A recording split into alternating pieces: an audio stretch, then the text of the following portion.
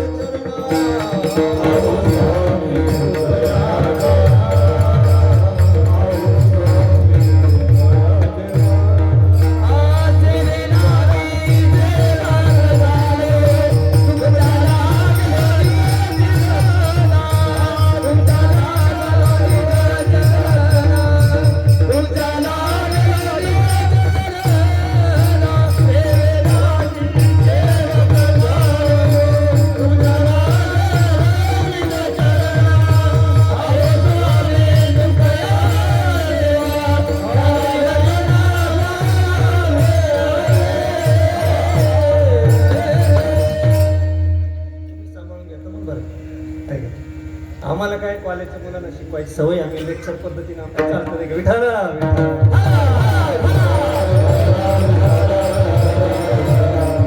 असा हा सेवेचा योग आहे.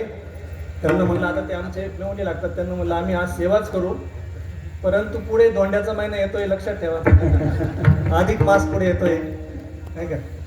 साल्यांनी म्हणजे साला म्हणजे हिंदी मधला साला नाही बरं, मराठीतला साला हा शाला मेवणा सगळे मेवणे, कोणी सासरे कोणी सासवा मेवण्या सगळे या ठिकाणी उपस्थित आहेत. आणि तुम्ही सर्वांनी 8 दिवस सेवा केली नाही का. सिंहाचा वाटा उचललेला आहे आणि तुमच्याच योगाने मला खारीचा वाटा या ठिकाणी मिळतोय, थोडीशी सेवा मिळते, तुमचंच ते उदार अंतकरण.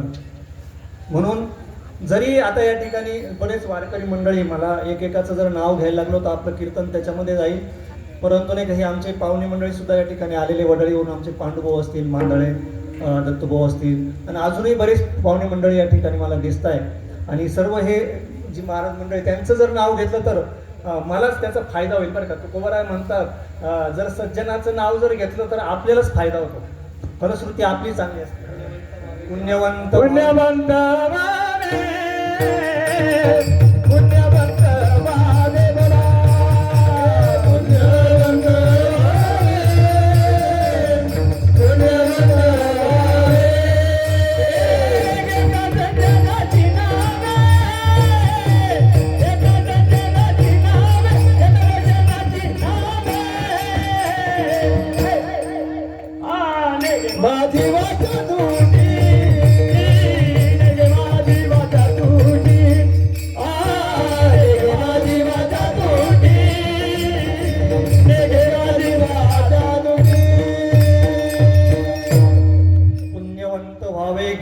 सज्जनाची नावे किंवा तुका म्हणे पापे जाती संतांची जपे. म्हणून तुम्ही सर्व हे सज्जन मंडळी आहात. आणि अजूनही जाता जाता एक प्रमाण देऊन टाकेल. नाथ महाराज सुद्धा म्हणतात की जर कीर्तन असेल, जर सज्जनांचं आपण अगोदर काय केलं पाहिजे, नाव घेतलं पाहिजे. सगुण चरित्रे परम पवित्रे सादर वर्णावी सज्जन वृंदे मनोभावे आधी बनतावी. म्हणून तुम्हा सर्व सज्जना, एवढे पारमार्थिक लोक, निर्व्यसनी लोक, अनेक मेवणे सासरे किंवा जे काही नातेवाईक असतील, सोयरे धारे, असे निर्व्यसनी पारमार्थिक लोक आम्हाला मिळाले, हे आमचं भाग्य.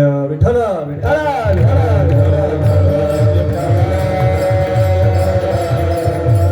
असे सोयरे धारे, असे सासरे नाही का, अशा सासवा सगळ्यांना मिळो बरं का. विठ्ठल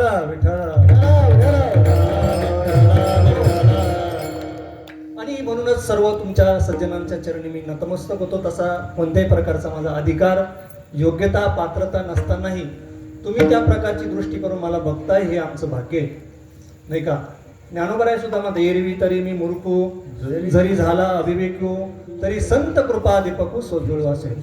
आमचे मोठे माऊली म्हणतात, एरवी नाही आपण तसेही मूर्खच आहोत नाही का. तर संतांनी जे सांगितलंय नाही का, आयुष्याच्या साधने सच्चिदानंद पदवी घेणे, एवढा अधिकार नारायणे कृपावलोकने दिला. आपण ते करतोय का? नाही नाही.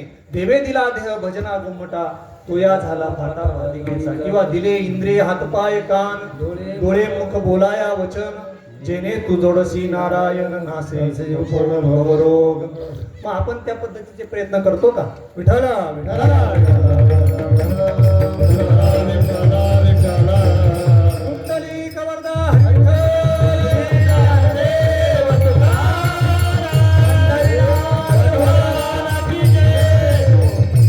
संतांनी सांगितलंय आयुष्याचं आपल्या जीवनाचं सार्थक करून घ्या.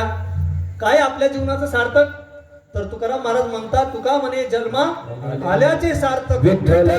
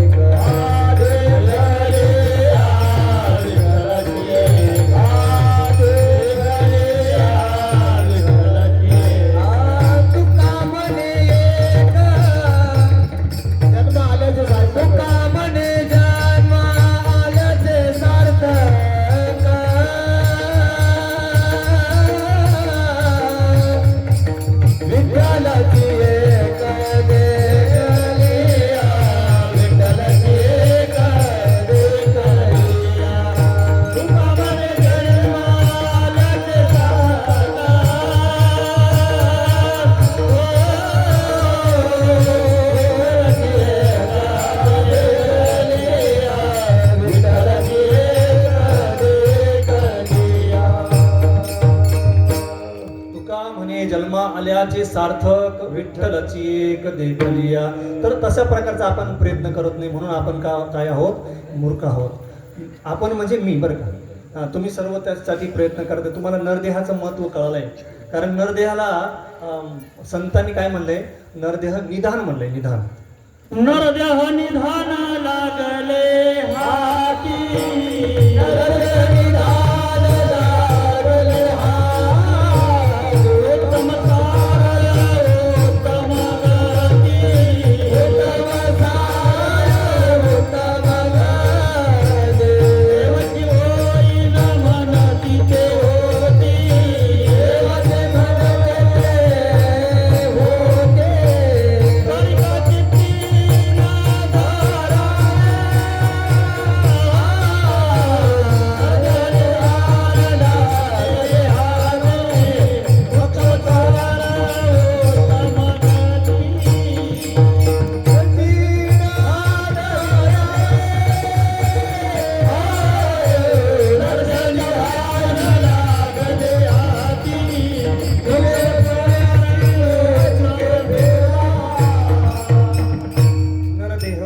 लागले हाती, उत्तम सार उत्तम गती, देवची होईल म्हणती ते होती, तरी का चित्ती न धरावे.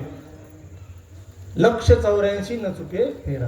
नाही का? आपण जर विसरलो, त्याला विसरले तया थोर झाली हानी, पचतील खाणे. 84च्या आपल्याला काय करावं लागेल? पुन्हा जन्म घ्यावा लागेल. 84 लक्ष न चुके फेरा, गर्भवासी यातना थोरा.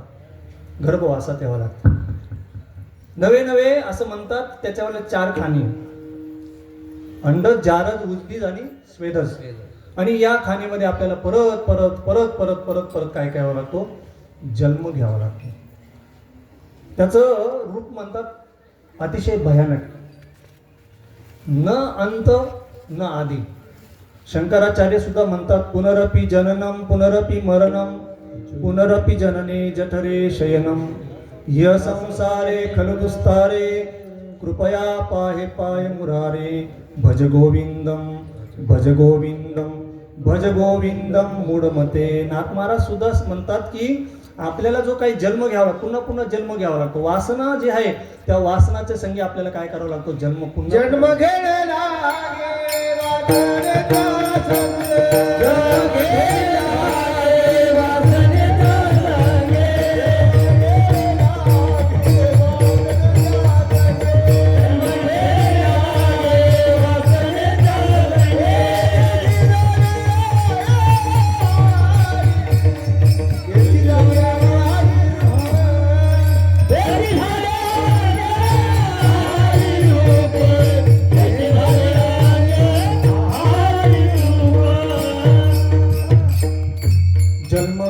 लागे वासनेच्या संगे, तेची झाले अंगे हरिरूप हरिमुखे गाता हरपली चिंता, मग त्या नाही मागुता जन्म गेला. पण तोपर्यंत आपल्याला काय करावं लागतं, पुन्हा पुन्हा जन्म घ्यावा लागतो. याला काही अंतही नाही आणि आधी नाही. नरूपमस्येह ततोपलभ्यते नांतो न चादिर्न च संप्रतिष्ठा, अश्वत्थमेनं सुविरूढमूलम संग शस्त्रेन दृढेन चित्वा, न अंत न च आधी. आपल्या या 28 युगामध्ये किती वेळा जन्म झाला याचं गणित कोणालाही नाही.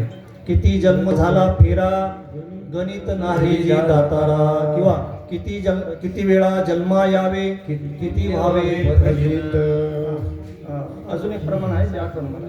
एक एक योनी कोटी कोटी फेरा, मग लागे वारा मानवाचा, मग लागे वारा मानवाचा, मग लागे वारा मानवाचा. एक योनी कोटी कोटी फेरा, मग लागे वारा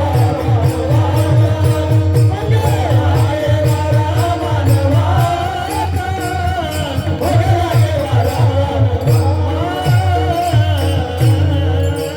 मग लागे किती वेळा जन्मा यावे नाही नाही हा असं. विठाला विठाला किती जन्म झाला फेरा गणित नाही जी दातार, त्याचं गणित कोणालाही नाही. म्हणून असं भयानक वर्णन केलेलं आहे बरं का. जन्माला येणं काय सोपं आहे का हो, नाही नाही.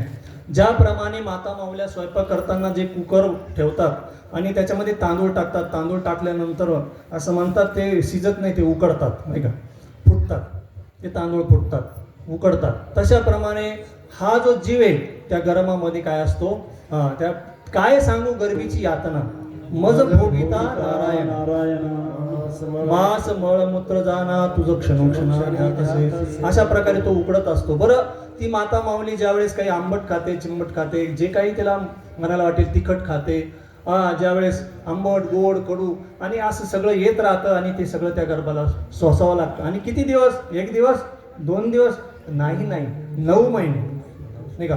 प्रथम केला गर्भीवास, काय ते सांगावे सायास, दुःख भोगिले 9 मास, आलो जन्मास येतवनी. बरं, जन्म झाला आता तरी दुःख संपावं ना, नाही नाही, दुःख तर खरी सुरुवात होती या ठिकाणी.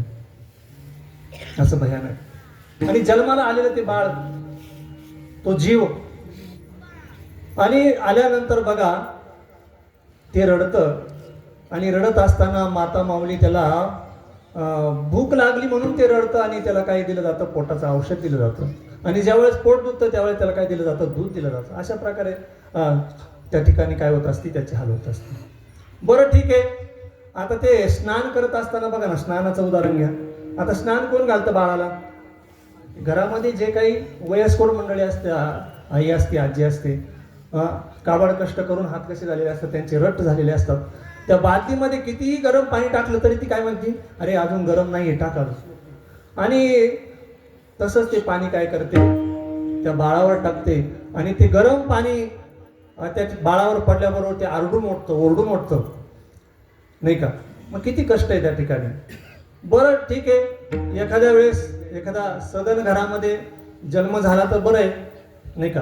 पवित्र ते कुळ पावन तो देश, जेते हरीचे दास जन्म घेती. मग त्या ठिकाणी गीता भागवत करीती श्रवण, अखंड चिंतन विठोबाचे. म्हणून मग ते कुळी कन्यापुत्र होती जे सात्विक, तयाचा हरिक वाटे देवा. बरं, त्या ठिकाणी जर सदन घर नसेल, दरिद्री घराण्यामध्ये जर जन्म झाला तर अगोदरच लहानपणीच त्या बाळाला, त्या लहान मुलाला काबाड कष्ट करण्याची वेळ येते बरं का. बरं, त्या ठिकाणी व्यसनं आहेत, भांडणं आहेत, बरेच काही गोष्टी आहेतच ना, कटकट आहेतच घरात.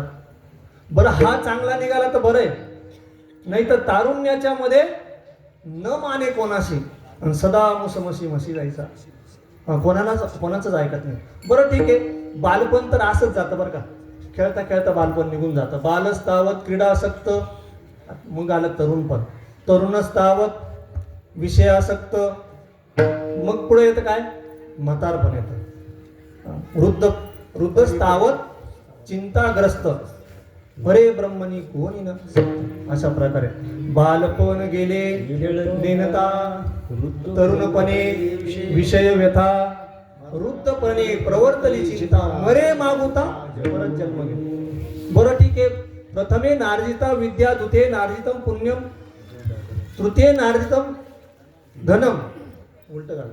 प्रथमे नार्जिता विद्या, द्वितीये नार्जितम धनम, तृतीये नार्जितम वित्त पुण्यम, चतुर्थे किम करिष्यति. जर समजा विद्या कमवली नाही, नंतर धन कमवलं नाही आणि नंतर पुण्यही कमवलं नाही, तर चतुर्थे काय करिष्यति, रोदिष्यति म्हणतात बरं का. रडावं लागतं आणि परत मरे मागुता जन्म.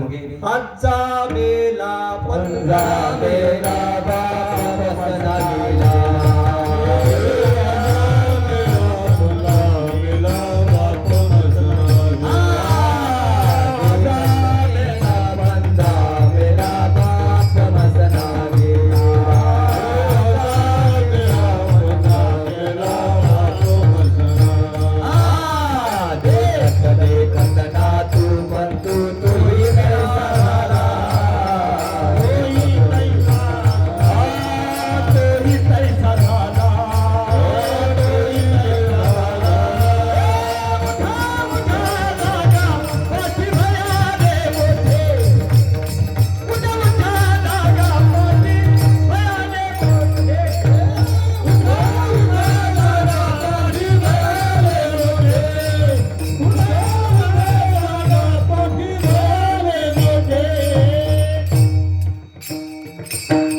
आजा मेला पंजा मेला बाप मसना नेला. देखत देखत नातू पंतू तोही वेडा झाला. म्हणून उठा उठा जागा पाठी, भय आले मोठे, खूप मोठं भय आहे. म्हणून आता तरी सावधान झालं पाहिजे बरं का. तरी तो काय होतो, सावधान होत नाही आणि शेवटी परत मोहरूपी वासनेमध्ये किंवा वासनारूपी खाजेमध्ये किंवा अभिमानरूपी अभिमानियासी परत काय होतं, गर्भवास. हरिपद प्राप्ती भोळ्या भाविकासी अभिमानियासी गर्भवास. म्हणून हरिमुखे म्हणा, हरिमुखे गाता हरपली चिंता, त्या नाही मागुता जन्म घेणे. म्हणजे सांगायचं तात्पर्य काय, आता तरी त्याने काय झालं पाहिजे, सावधान झालं पाहिजे बरं का. पण आपण सावधान होत नाही. परमपूज्य गुरुवर्य आमचे मारुती बाबा दृष्टांत सांगतात, एक आंधळा मनुष्य असंच गाव आणि पूर्वीचा काळ आणि त्या गावाला पूर्ण अशी तटबंदी होती बरं का. त्या आंधळ्या मनुष्याला त्या गावाच्या बाहेर जायचं होतं. म्हणून त्याने एका सद्ग्रस्ताला विचारलं, मला जाण्याचा रस्ता सांग. आता त्या माणसाला घाई होती, कांदे विकायला जायचं होतं, डबल ट्रिप मारायची होती नाही का. तर मग त्याला युक्ती आली एक. तो म्हणला, आता या आंधळ्या बाबाला आपण मदत तर केली पाहिजे, पण आपल्याकडे वेळ नाही. म्हणून त्याने काय केलं, त्या आंधळ्या बाबाचा हात धरला आणि ती जी तटबंदी होती, ती भिंत होती, त्या भिंतीला लावून दिला. आणि तो मनुष्य सद्ग्रस्त म्हणतो की, बाबा मी तर तुम्हाला रस्ता सांगितला तर तुम्ही चुकून जाल. एक काम करा, तुम्ही ही जी भिंत आहे त्या भिंतीला हात लावा आणि तुम्ही चालत राहा. चालता चालता तुम्हाला ती भिंत ज्यावेळेस संपेल आणि जो यश म्हणतो आपण त्याला किंवा तो दरवाजा येईल, प्रवेशद्वार येईल, त्या ठिकाणी आल्यानंतर तुम्ही गावाच्या बाहेर जा. आता हा मनुष्य निघाला, हळूहळू हळूहळू चालत चालत चालत चालला. चालता चालता त्याला काही हाताला खाज आली. म्हणून जो हात त्याने भिंतीला लावलेला होता तो हात सोडला आणि खाजवायला लागला. तेवढ्यात तो दरवाजा काय झाला, मागे निघून गेला. मग आता परत त्याला मोठा चक्कर झाला आणि त्या ठिकाणी आल्यानंतर बरोबर त्याला खाज यायची आणि तो पुन्हा काय करायचा, चक्कर मारायचा. असे किती दिवस चालले आणि त्याला जर त्या ठिकाणी खाज आली तर कधी बाहेर निघेल बरं, नाही. तसं आपल्याला हा नरदेह रूपी साधन मिळालेलं आहे, हा दरवाजा मिळाला आहे आणि या दरवाजातून आपल्याला काय व्हायचंय, मुक्त व्हायचंय. भगवान सुद्धा अर्जुनाला म्हणतात, अर्जुना तू काय कर, पटकन या मृत्यू लोकातून, या जन्म मरणाच्या फेऱ्यातून बाहेर पड, झटकन पड. जड जडूनी वैला निघ तरी ये, भक्तीचे वाटे लाग, व्यंग निज धाम माझे. अशा प्रकारे तुम्हाला प्राप्त होईल, मदरूप होशील. मनमना बहुमद भक्तो मध्याजी माम नमस्कुरु मामे वैशेषी युक्तैव महात्मान मत्परायण मत्पर हो मदरूप हो आणि एकदा का मला प्राप्त झाला तू मन हे मीची करी माझी भजनी प्रेम धरी सर्वत्र नमस्कारी मजे का असं जेव्हा होशील तेव्हा हे मन तुझं काय होणार स्थिर होईल आणि कुठेही धावणार नाही. तुझ्या चरणावर एकदा आलं ना आता त्या ठिकाणी ते मन कधीही धावणार नाही. तुकाराम महाराज म्हणतात ना आता कोठे धावे मन तुझे चरण देखलिया. तुझं एकदा माझं एकदा चरण देखल्यानंतर किंवा पाहिल्यानंतर कुठंही तुझं मन धावणार नाही. ज्ञानोबराय सुद्धा एक अभंग म्हणतात अभंगामध्ये म्हणतात की देखिले तुमचे चरण निवांत राहिले मन कासया तेजीन प्राण आपुला गे माये. पण अर्जुन म्हटला मला हे समजतं कृष्णा मला माहिती आहे मन स्थिर केलं पाहिजे पण या मनाला मी कितीही प्रयत्न केले तरी ते स्थिर राहत नाही. येतस्य अहम न पश्यामी चंचलत्वात् स्थितीम स्थिरः. हे इतकं चंचल आहे वाऱ्यापेक्षाही. चंचलम ही मन कृष्ण प्रमहाती बलवदृढम तस्याहम निग्रहम मन्ये वायुरिव दुष्करम. वाऱ्यासारखं नाही का सोसाट्याचा वारा सुटावा किंवा हे मन केवढं आहे हो. जर पाहिलं तर त्याला नाही मन कैसे केवडे पाहो जाता तरी न सापडे. परंतु हे जे त्रैलोक्य आहे त्याच्या फिरण्यासाठी त्याला कमी पडतं. म्हणून ऐसे कैसे घडेल मरकट समाधी येईल. असं होईल का माकडाला समाधी किंवा सोसाट्याचा वारा सुटला आणि त्याला थांब म्हणलं तर ते थांबेल का नाही. बघा आता एक उदाहरण सांगतात सुभाषितकार मरकटस्य सुरापान. माकड घेतलं माकड कसं असतं अगोदरच चंचल असतं आणि त्याला सुरापान केलं म्हणतात. सुरापान म्हणजे काय सुरा म्हणजे काय तुमच्या गावात नाही ना त्याच्यामुळे तुम्हाला माहिती नाही. तर दारू पाजली आणि मरकटस्य सुरापानम. आणि बघा आता माकड अगोदरच चंचल आणि त्याला काय पाजली दारू पाजली. काही असतातच बघा एक जण कीर्तनात बसला आणि मागे बसल्यानंतर शेजारचं ज्याला झोप येत होती त्याच्यात मुंगळणी तंबाखून त्याच्या नाकात सोडत होते. म्हणजे काय करतील तर गावातल्या त्या माणसाने त्या माकड पकडून त्याला दारू पाजली.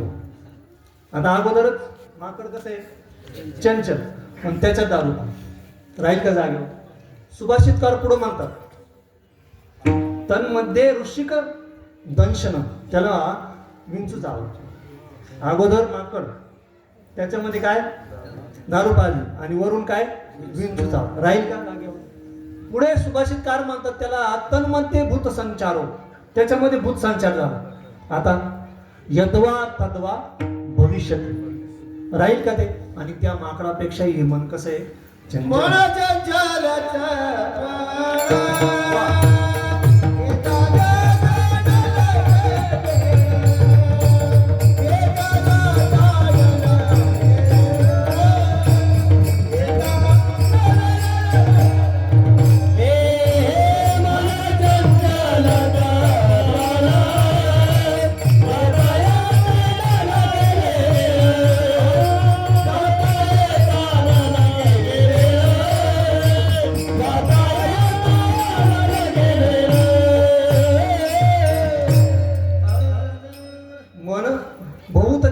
चपळ जाता येता न लगे वेळ. जे काही मन नावाने सुरुवात होणारे 10 गोष्टी चंचल सांगितल्या सुभाषितकाराने. मनो मधुकरो मेघो मद्यपो मरुतो मा मदो मरकटो मत्स्यो मकारच 10 चंचला नाही का. त्या ठिकाणी मन मधुकर म्हणजे भुंगा लक्ष्मी वगैरे त्या ठिकाणी माकड वगैरे असे 10 गोष्टी चंचल सांगितल्या आणि त्या 10 पैकी मन पहिलं चंचल आहे. म्हणून बहुत चंचल चपल जाता येता न लगे वेळ. बरं हे कुठेही जातं आणि त्या ठिकाणी तुकाराम महाराज म्हणतात काय करीतो या मना परीन नायके नारायणा करू नये त्याची करी विवंचना नेऊ पतना आदरिले. अशा प्रकारे एक भजन बघा आपण नेहमी ऐकतो हिंदी भजन आहे. ये मन बड़ा चंचल है तेरा भजन कैसे करूं श्यामा तेरे चरणों की जरा धूल जो मिल जाए, हे मन बडा चंचल आहे. म्हणून या ठिकाणी म्हणताय मन कसं आहे, चंचल आहे, त्याला आवर. आता बघा कुठेही ते स्थिर राहत नाही. जर राहिलं असतं तर बघा आपण बहिर दिशेला गेल्यानंतर सुद्धा ते स्थिर राहत नाही. आमचे एक महाराज म्हणतात, जर मन बहिर दिशेला गेल्यानंतर जर स्थिर राहिलं असतं तर दरवाज्यावर जे काही लिहिलं असतं ना ते लिहिलं गेलं नसतं. म्हणजे तिथं सुद्धा ते काय शांत बसत नाही. बरं दर्शन बारीला घ्या. दर्शन बारीला गेल्यानंतर मन स्थिर असतं का हो? नाही. आपण बघतो आपल्या पुढे कोण कोण आहेत, आपल्या ओळखीचं कोणी आहे का, मला यांच्या पुढे कसं जाता येईल. मध्ये किंवा मागे जरी एखादा मनुष्य शिरला तरी आपण काय करतो, मागे बघतो. आता मागे एखादा बारीक शिरलं तर आपल्याला काही घेणं आहे का, आपल्यावर काही परिणाम होणार आहे का? परंतु नाही, ते काय मन कसं स्थिर राहत नाही. एक दिवस तुकाराम महाराज पंढरपूरला गेले आणि भगवंताच्या चरणावर डोकं ठेवलं आणि भगवंताला म्हटले, बाबा काही कर पण तुझ्या पायावर माझं चित्त राहील असं काहीतरी कर. माझे चित्त तुझ्या पायी राहे, ऐसे करी नाही. माझे चित्त तुझ्या पायी राहे, ऐसे करी नाही. धनवनिया बाई बाबा तारी दातारा, धनवनिया बाई बाबा तारी दातारा. चतुरात शिरोमणी गुणला वंदनाधिकारी. मुकुट सकळ मागे धन्य होई शोभा. चतुरात शिरोमणी गुणला वंदनाधिकारी. मुकुट सकळ मागे धन्य होई शोभा.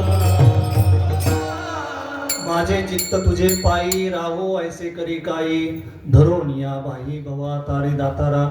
आणि नाथ महाराज सुद्धा म्हटले, कोणत्या देवाकडे गेले ते, बढिया माझा पंढरीराव तो हा देवाचा हे देव. आणि गेल्यानंतर भगवंताला तीच विनंती करतात की देवा माझं मन तुझ्या चरणावर लागावं. अभंगाचं पहिलं चरण. देव माझे मन लागो तुझे चरणी. देव माझे मन लागो तुझे चरणी. देव माझे मन लागो तुझे चरणी.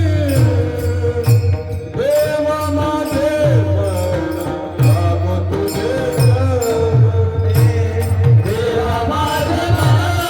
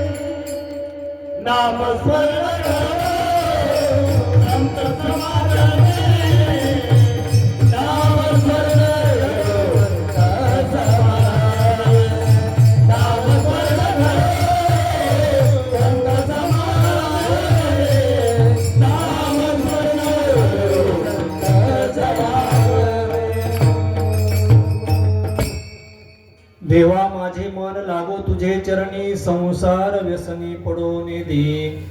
परमार्थामध्ये जसं चित्त महत्वाचं आहे नाही का, आपण म्हणतो शरीरामध्ये काय आहे, पित्त महत्वाचं आहे, आणि शरीरामध्ये पित्त जसं महत्वाचं आहे तसं संसारामध्ये धन महत्वाचं आहे, वित्त महत्वाचं आहे.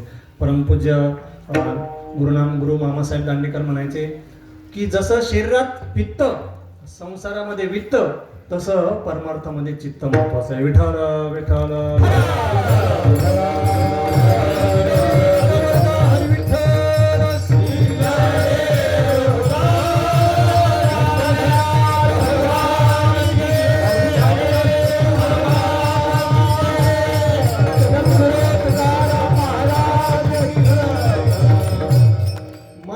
मनुष्यानाम कारण बंध मोक्षयो.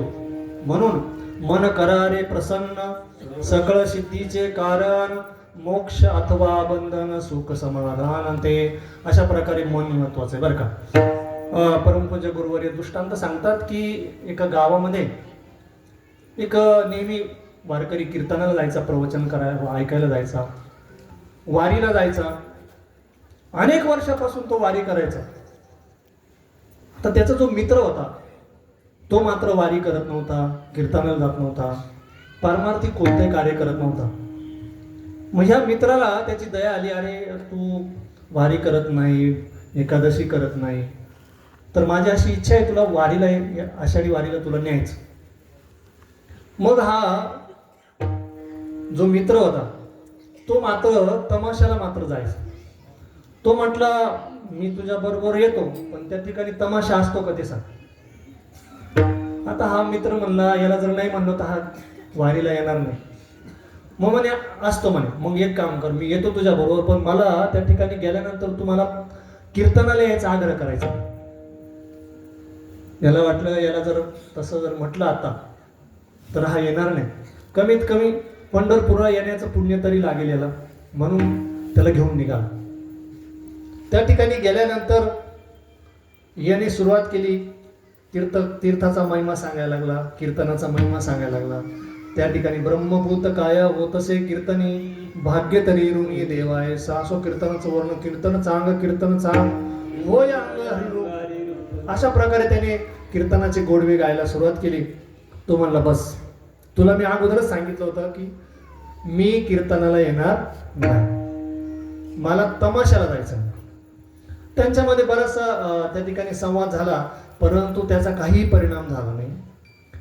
तमाशाला जाणारा तमाशालाच गेला आणि कीर्तनाला जाणारा कीर्तनालाच गेला. तो सुद्धा याला तमाशात मध्ये काय काय असतं सांगू लागला.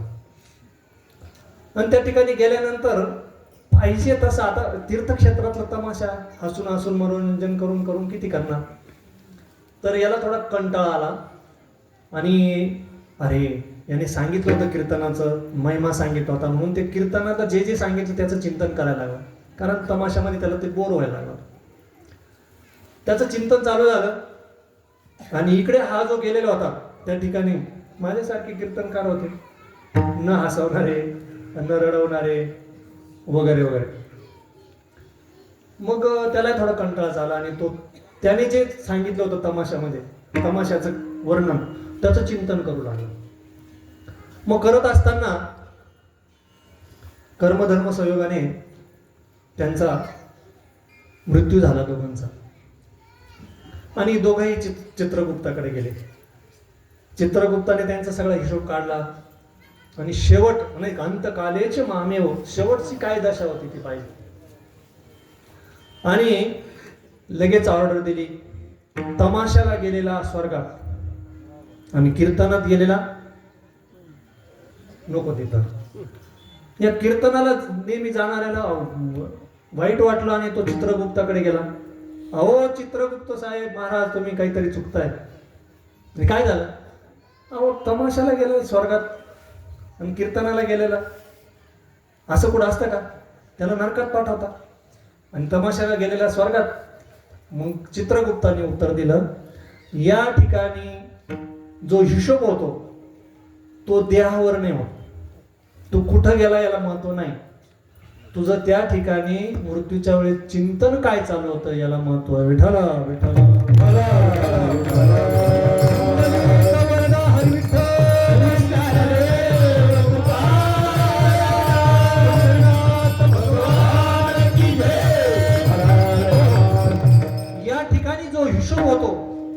होतो?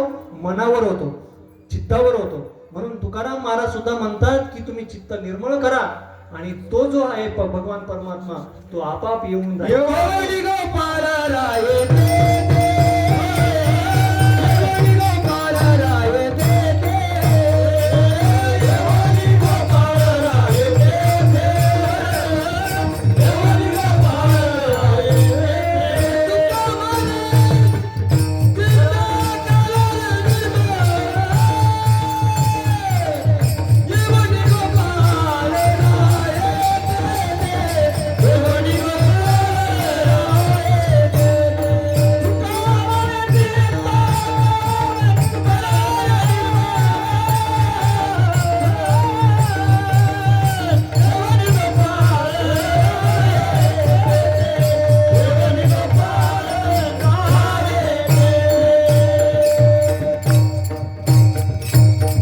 किंवा चित्त शुद्ध तरी शत्रू मित्र होती सरपतया. म्हणून चित्त शुद्ध महत्वाचं, शुद्ध होणं महत्वाचं आहे.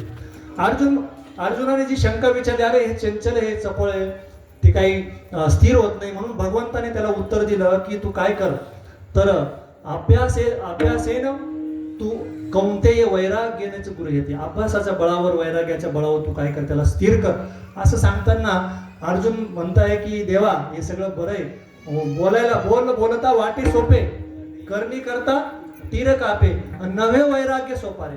वैराग्य आणणं सोपं आहे का? कधी आम्हाला वैराग्य यायचं, कधी आमचा अभ्यास व्हायचा आणि कधी आमचं मन स्थिर व्हायचं. म्हणून तुम्ही काय करा, रामो चित्तलय सदा भो तुम्ही भो राम माम उद्धर, रामो राजमनी सदा विजयते, रामम रमेशम भजे, रामेना भीता निशाचर चमू रामाय तस्मै नमः, रामान नास्ति परायणम परतरम, रामस्य दासोस्म्यहम, रामे चित्तलय भव तुम्ही सदा मे भो राम माम उद्धर, माझा उद्धार करा. म्हणून देवा माझे मन लागो तुझे चरणी, संसार व्यसनी पडो नाही. त्याला संसाराच्या व्यसनात पडू देऊ नका, नाही का? संसाराच्या अंगी अवघीच व्यसने आम्ही या कीर्तन संसारामध्ये अनेक व्यसन सांगितले.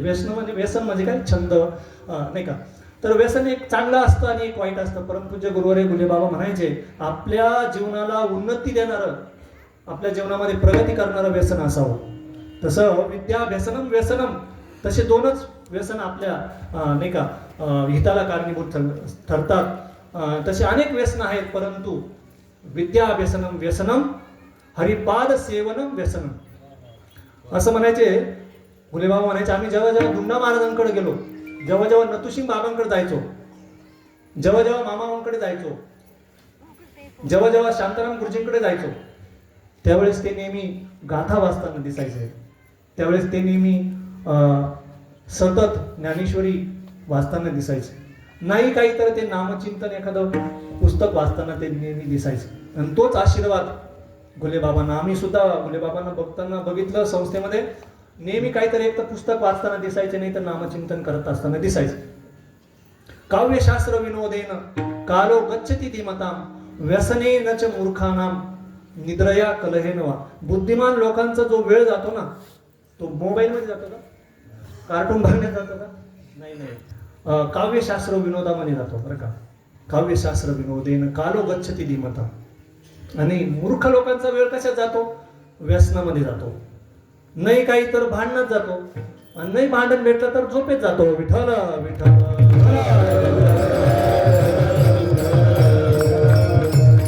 म्हणून देवा माझे मन लागो तुझे चरणी. संसारामध्ये अनेक व्यसन सांगितलेले. काय काय लोक व्यसन करतात बघा, नाही का? दारू गांजा मत पियो यारो, अक्कल गुम वो जाती, अपने पल्लो का दाम देकर मुंह में मक्खी जाती है. काय काय व्यसन असतात लोकांचे. सतत 24 तास पोटामध्ये तंबाखू असते, सिगरेट असतं, बिडी असते. आणि असं करत असताना एक मनुष्य, त्याला ना चिली मोडायची सवय, गांजा ओढायची सवय होती बरं का. गुरुवारी दृष्टांत सांगतात.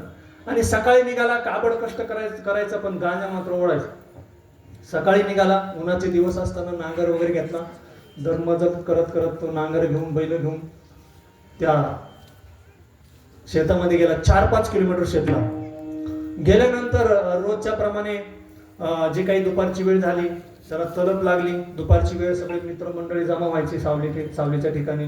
सगळे मित्रमंडळी आले. यांना सर्व साहित्य नेलेलंच होतं. आता ते गांजाला ओढायला काय काय लागतं, काथ्या वगैरे काही असं लागतं म्हणतात. सगळं तो मळला वगैरे असं, आणि पूर्ण तलप लागली, पेटवणार. लक्षात आलं काडीच पेटी घरी राहिली. आता काडीच पेटी घरी राहिली. मळा किती लांब? 4 किलोमीटर लांब. आता तर द्यायला पाहिजे की नाही, थांबायला पाहिजे होते. नाही, तो परत काडीच पेटी आणायला परत 4 किलोमीटर परत गेला. बाबा म्हणतात 4 किलोमीटर ऊन डोक्यावर घेतलं, पण चिलीम गांजा पेलाच. विठ्ठल विठ्ठल.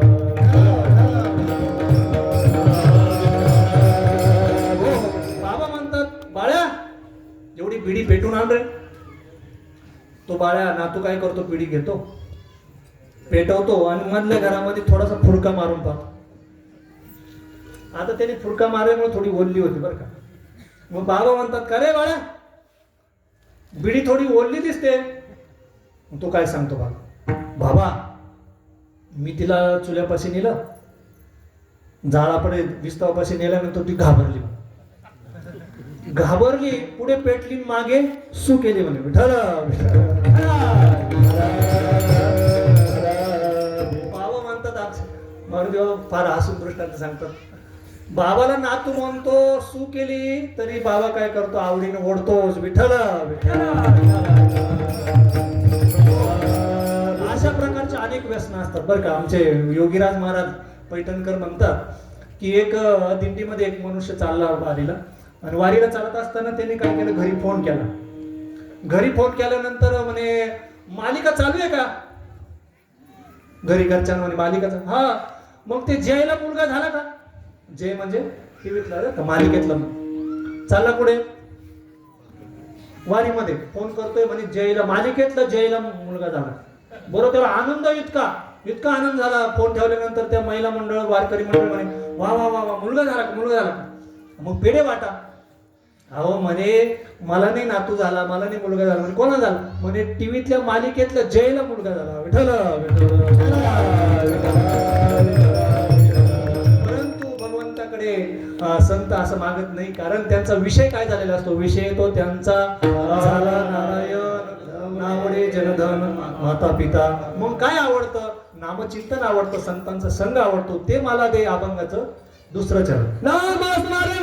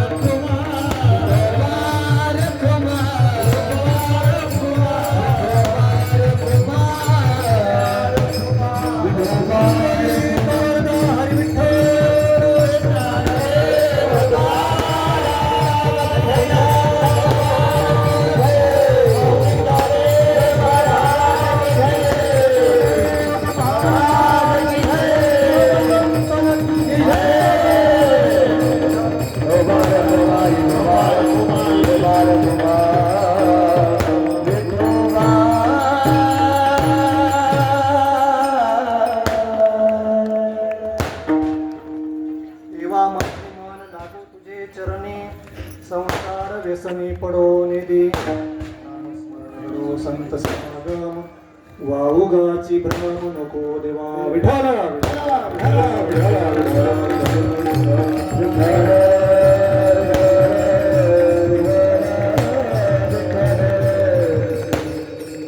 नामस्मरण घडो संत समागम नाही का नामस्मरण माझ्याकडून घडावं संत संग घडावं असंही आपल्याला संगती लावता येईल किंवा संत संघामध्ये मला नामचिंतन घडावं असंही आपल्याला बोलता येईल नामचिंतनाचं महत्व वेदाने गायलंय सर्व ग्रंथांनी गायलंय नाही का?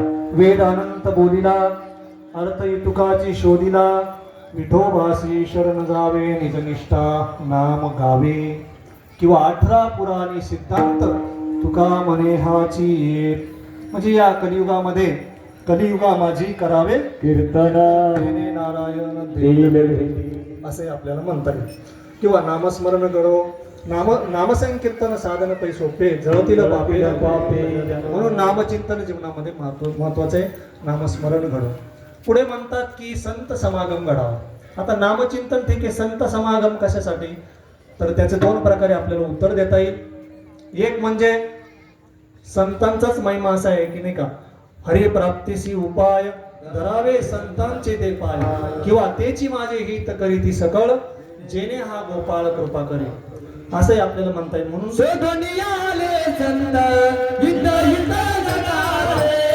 हित हित जगाते हित हित जगाते दुनियाले संत हित हित जगाते हित हित जगाते हित हित जगाते दुनियाले संत हिता हित जगाचे म्हणून तेच माझे हित करीती सकळ जेणे हा गोपाळ कृपा करी अशी आपल्याला एक संगतीला लावता येईल म्हणून आपल्याला संतांना शरण जायचं दुसरी गोष्ट आपल्याला आपण नामचिंतन ज्यावेळेस करायला लागतो साधक त्यावेळेस नाही का युद्ध सुरू होत असतं नाही का जळती पापे पळती दोष म्हटलेले किंवा रामकृष्ण उच्चारानंतर अशी तप पापाचे कळप पळती पुढे त्या ठिकाणी ज्यावेळेस आपण नामचिंतन करतो त्यावेळेस पापाचं किंवा आपण जे काही काम क्रोध मद मत्सर अहंकार जे काही षडगुण आहेत त्यांचं काय होत असतं ते बाहेर निघायला सुरुवात करतात पळता पळता जळता पळतात कसंही म्हणा जळती पापे पळती दोष किंवा दुःखाचे डोंगर नाही का काय प्रमाणे ते जळशी दोषाचे डोंगर अशा प्रकारे ते त्या ठिकाणी नामचिंतन करायला लागल्यानंतर मनुष्य किंवा तो साधक त्या ठिकाणी थकू नये पतित होऊ नये कारण त्याने नामरूपी साधन घेतलेलं असतं आणि नामरूपी रामबाण असा आहे की तो विजय दिल्याशिवाय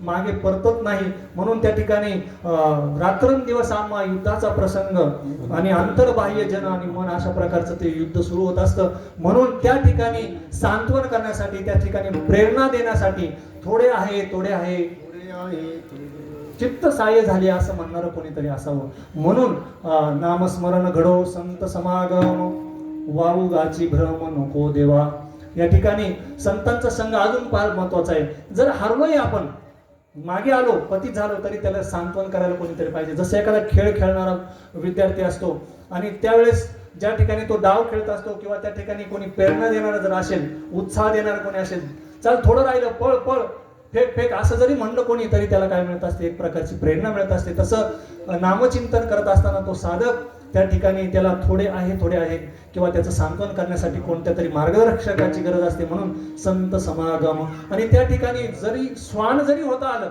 नाही का तर संत समागम एखादी परी व्हावे त्याचे द्वारी श्वान येते तेथे काय होईल होईल श्रवण तेथे राम नाम होईल श्रवण तेथे राम नाम होईल श्रवण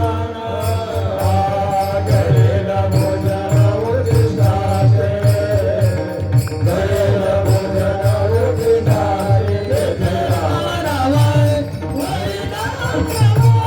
तेथे राम नाम होईल श्रवण तेथे राम नाम तेथे राम नाम होईल श्रवण घडेल भोजन उद्दिष्टाचे किंवा त्याच अभंगामध्ये तुकाराम महाराज शेवटी म्हणतात तुका म्हणे सर्व सुख त्या संगती घडेल पंगती संतांची संतन के संग लागरे तेरी अच्छी बनेगी संतन के संग लागरे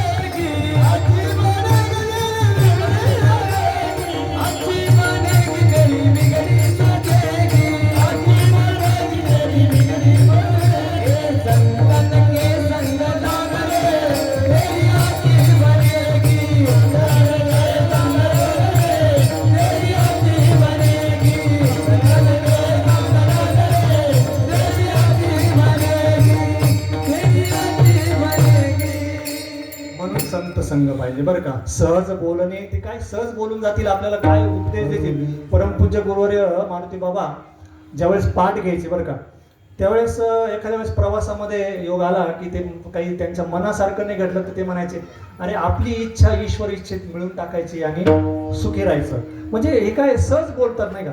आणि एक वेळेस तर 104 ताप होता बरं का पाठाला असताना.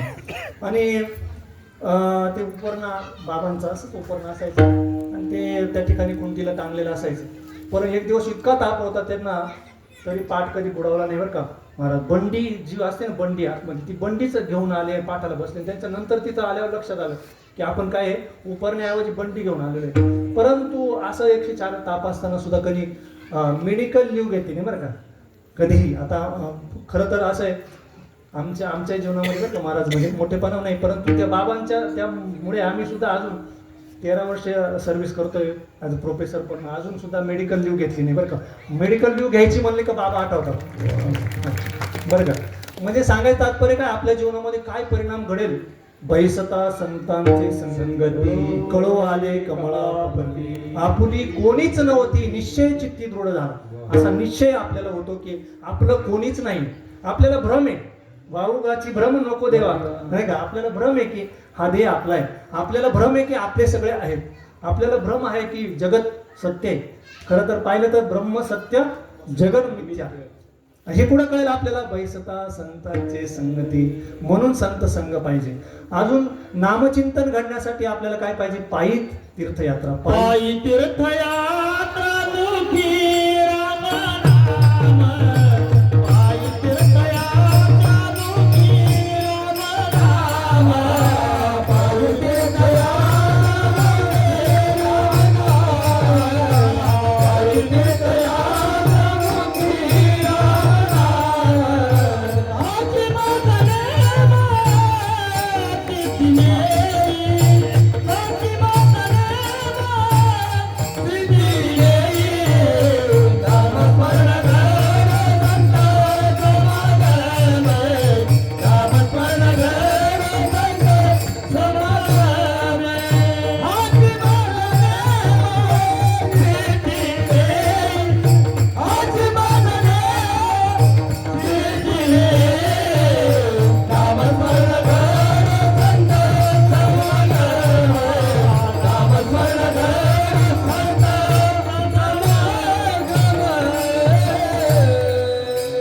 पायी तीर्थयात्रा मुखी राम नाम. नाही का आताच तुम्ही नाथ षष्टीला सगळे पायी जाऊन आलेले वारकरी, आणि पायी तीर्थयात्रा घडवून नाही का. तीर्थवृत्ती भाव धरिले करुणा, शांती तया पावना हरी करी. संतांना तीर्थयात्रा फार आवडते बरं का. तीर्थयात्रे सुखे जाऊ, वाचे विठ्ठल नाम गाऊ, संता संगे सेवू वासुदेव गण. कशासाठी करू वासुदेव स्मरण. म्हणून काही वाचिक मानसिक या ठिकाणी साधना घडावी म्हणून पायी तीर्थयात्रा मुखी राम नाम.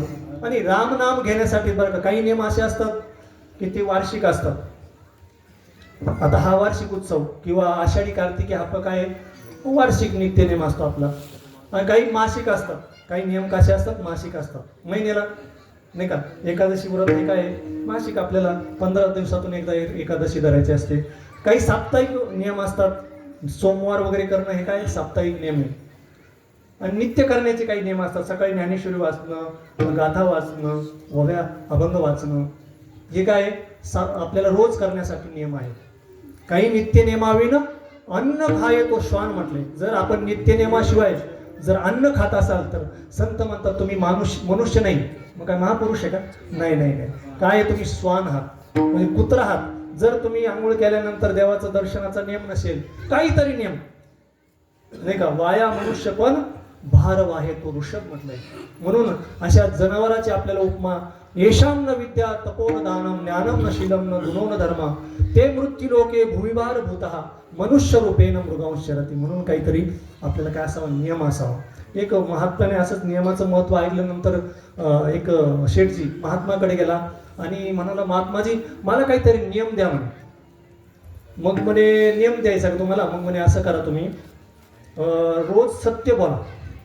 म्हणे मी दुकानदार आहे, सत्य बोलून कसं चालेल मला? नियम मोडू शकतो म्हणे. मग म्हणे एक काम करा तुम्ही वारी करा म्हणे. वारी संतांची वारी करा, देवाची वारी करा. अहो मला दुकान बघावं लागतं म्हणे, मी कशी वारी करणार. मग म्हणे एक काम करा, तुम्ही काय करा, एखादा असा नेम करा की जो रोज गंध लावतो, एखाद्या वारकरी रोज जो गंध लावतो त्याचं मुख पाहून येत चला, मग जेवण करत जा. बरं म्हणे हा नेम चालेल, माझ्या घराच्या समोरच एक वारकरी राहतात, ते रोज गंध लावतात, त्यांचं दर्शन घेईल मग मी जेवण करेन म्हणे, भोजन करेन. बरं नियम ठरला, रोज समोर जायचं आणि वारकऱ्याचं दर्शन घ्यायचं, बघायचं आणि पाठीमागे यायचं. एक दिवस असं झालं की तो वारकरी जो आहे गंध लावून आपले नित्यनेम करून शेतात काम असल्यामुळे लवकर गेला, कुंभार होता. गेल्यानंतर तो काही शेतामध्ये काही खोदायला लागला. खोदत असताना त्याला एक सोन्याचा हंडा सापडला. तुमचं कीर्तन हो द्या अगोदर. विठाला विठाला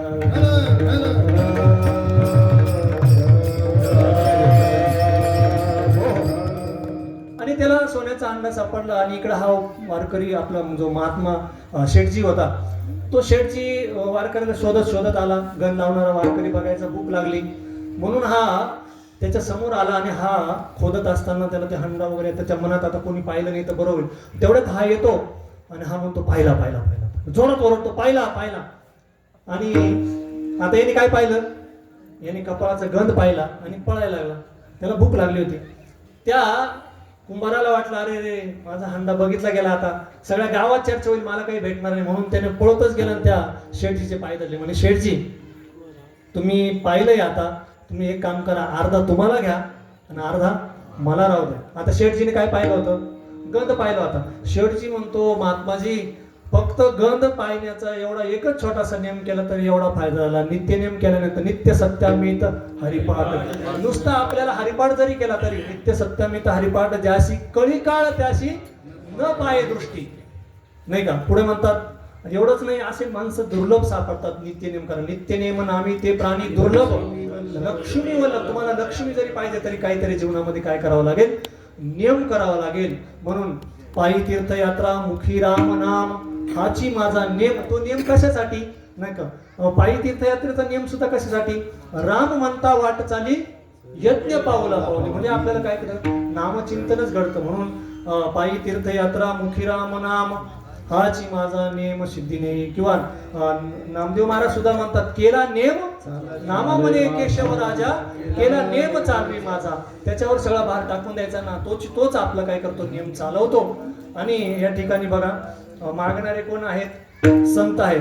देणारा कोण आहे, परमात्मा आहे. आता मागणाऱ्यामध्ये अनेक प्रकार असतात.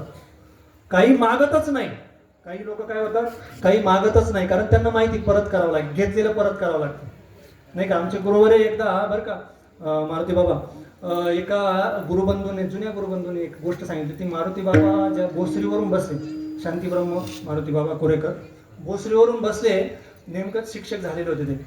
आणि त्यावेळेस 50 पैसे तिकीट होतं भोसरी ते आळंदी. आणि मग त्यांच्याकडे सुट्टे पैसे नव्हते. कंडक्टर म्हणे सुट्टे द्यावं, मग सुट्टे नव्हते तर मग एका साधक त्यांच्याच विद्यार्थ्यांनी 50 पैसे दिले, राहू द्या म्हणे बाबा तुम्ही तिकीट काढा. आता तो विद्यार्थी फक्त आषाढी कार्तिकेलाच यायचा, संस्था त्याची झालेली होती. पण तो काही भेटेनाच. बाबा रोज 50 पैसे खिशात घालायचे आणि त्या विद्यार्थ्याला शोधायचे, पण तो काही भेटेना. आषाढी गेली, कार्तिकेला एक दिवस गोरोबा काका मंदिराच्या पुढून तो चालत असताना दिसताना बाबा इकडून संस्थेकडून निघाले. अरे इकडे इकडे म्हणे, इकडे. काय झालं बाबा, अरे म्हणे 50 पैसे तुझे मी घेतले होते 6 महिने. तो म्हणे बाबा 50 पैसे तर होते, त्याचं काय. अरे तुझ्यासाठी ते काही नाही, परंतु ते फेडण्यासाठी मला परत नवा जन्म घ्यावा लागेल. विठ्ठल विठ्ठल. नरसिंह बाबा म्हणायचे की मधुकरी तुम्ही खाताय, मधुकरी मागताय, पण मधुकरी खाऊन जर तुम्ही झोपा काढत असाल, नामचिंतन जर करत नसाल, अभ्यास जर करत नसाल, तर तुम्हाला ज्यांच्या घरी तुम्ही मधुकरी मागता ना, त्यांच्या घरी जाऊन तुम्हाला दुसऱ्या जन्मामध्ये बैल होऊन ते फेडावं लागेल. विठ्ठल विठ्ठल.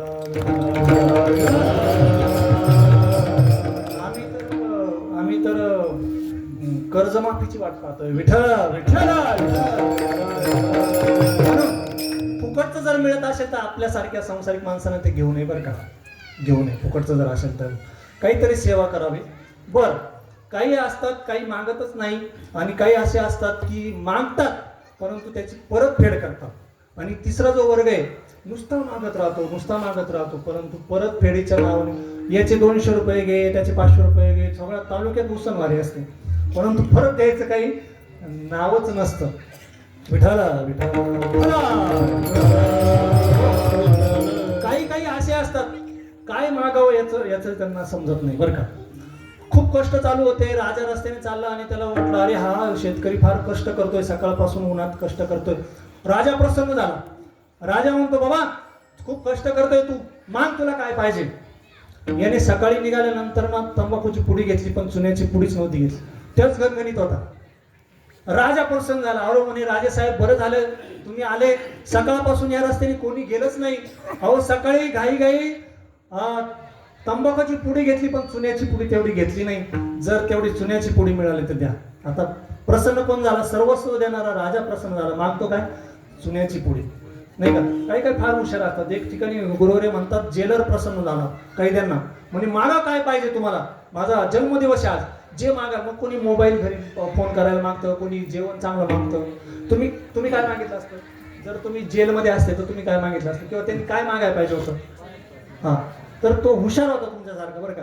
त्यांनी काय म्हणला, या कैदीतून याच्यामधून मला कैदीतून मला सोडवा, म्हणजे सगळंच मिळालं. विठ्ठल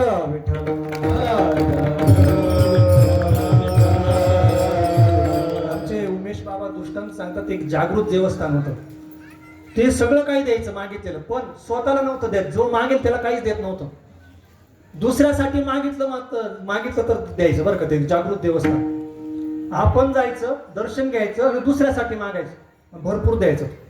मग आता या मुलीनं मागितलं आणि मागितल्यानंतर ती बाहेर आली. सगळे विचारायला लागले, तू जर स्वतःसाठी काही मागितलं असेल तर देणार नाही बरं का, देव जागृत देवस्थान आहे. नाही म्हणे, मी माझ्यासाठी काहीच मागितलं नाही, मी माझ्या आईसाठी मागितलं. लोकांना वाटलं काय पारमार्थिक मुलगी आहे, काय संस्कारी मुलगी, काय संस्कार आहे. हा, स्वतःसाठी काही मागितलं नाही, आईसाठी काय, आईवर प्रेम असेल.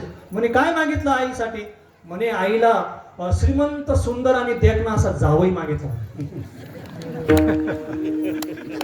काय मागितलं, जावई मागितलं. कोणासाठी, आईसाठी. स्वतःसाठी काय. असे हुशार लोक असतात. परंतु संत हे स्वतःसाठी मागत नाही, आणि मागितलं तरी देवाची सेवाच मागतात. अभंगाचं शेवटचं आणि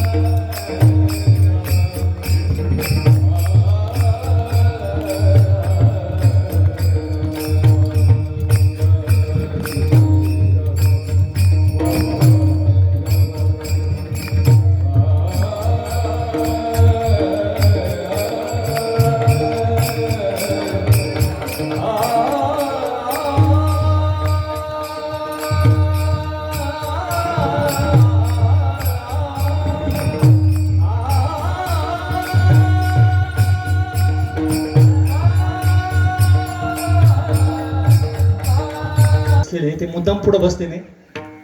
तर बऱ्याच वेळा काही ना काही निमित्ताने सेवा करा, या कीर्तन करा, काही ना काही आग्रह झाला, परंतु कॉलेजचं वगैरे निमित्त देऊन टाळा होतो, नाही नाही म्हणतो. बरं, एकदा नाही दोनदा नाही नाही म्हणायचो, परंतु या ठिकाणी अनेक मागणे नाही नाही देवा. आणि काल परवा ज्यावेळेस फोन आला त्यावेळेस एकदा नाही म्हणल्यानंतर परत आग्रह झाला, म्हणून दोनदा नाही म्हटलं. या ठिकाणी जर नाही नाही म्हणलं दोनदा म्हणजे एकदम निषेध, बाकीचं मागणं काहीच नाही आहे का, तर त्या ठिकाणी चित्त नाही का, माय जगन्नाथ बाप जगन्नाथ अनाथाचा नाथ जनार्दन अवघेची त्रैलोक्य आनंदाची आता. चित्त पुढे ठेवलं, चित्त जगन्नाथा चरणी त्या ठिकाणी चरणी जगन्नाथा चित्त ठेवले. म्हणून त्वमेव माताच पिता त्वमेव बंधू सखा त्वमेव, तुम्ही सर्व आहात. आणि जे बापाचं असतं ते काय आपल्याला मिळत असतं, बरोबर का नाही. म्हणून अनेक मागणे नाही नाही देवा, एका जनार्दनी सेवा दृढ दे. आज तशी एकादशी, त्यामुळे तुम्ही काहींनी निर्जला धरली असेल, जल न घेता नाही का, आणि काहींनी थोडंफार काही खाल्लं असेल. आता तुम्हाला काही फराळ करायची गरज नाही, त्यामुळे आपण एवढं चरण 10 वाजताही संपवलं तरी चालेल ना? नाही. तर 2 मिनिटं घेतो फक्त. अनेक मागणी नाही नाही देवा, फक्त काय द्या, तुमची सेवा द्या. नामस्मरण घडो, संत समागम वाऊगाची भ्रम नको देवा.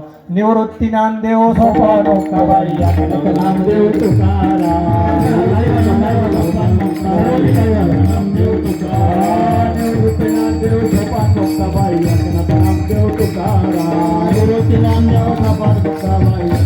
नामदेव तुकाराम. नामदेव तुकाराम. एकनाथ नामदेव तुकाराम. एकनाथ नामदेव तुकाराम.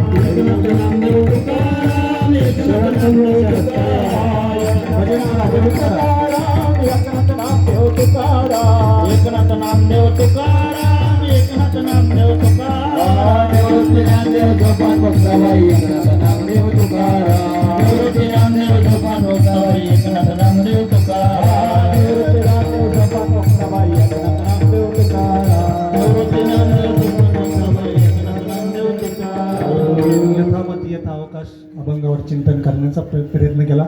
या शिंदे परिवारानं या ठिकाणी आमंत्रित केलं. या साळसाने गावाच्या सर्वांच्या चरणी, सज्जनांच्या चरणी, गुरुवर्य नामदेव बाबा असतील, गुरुवर्य मारुती बाबा असतील, ही सर्व गायक मंडळी, ज्येष्ठ श्रेष्ठ मंडळी असतील, सर्वांच्या चरणी माझ्या मारुती बाबांच्या अर्थात शांतीब्रह्म मारुती बाबांच्या चरणी अर्पण करतो, आईवडिलांच्या चरणी अर्पण करतो आणि सेवेला इथं पूर्ण विराम देतो. ज्ञानेश्वर माऊली, नाराज माऊली, माऊली ज्ञानेश्वर माऊली, नाराज माऊली, ज्ञानेश्वर माऊली. विठ्ठल जय जय विठ्ठल जय.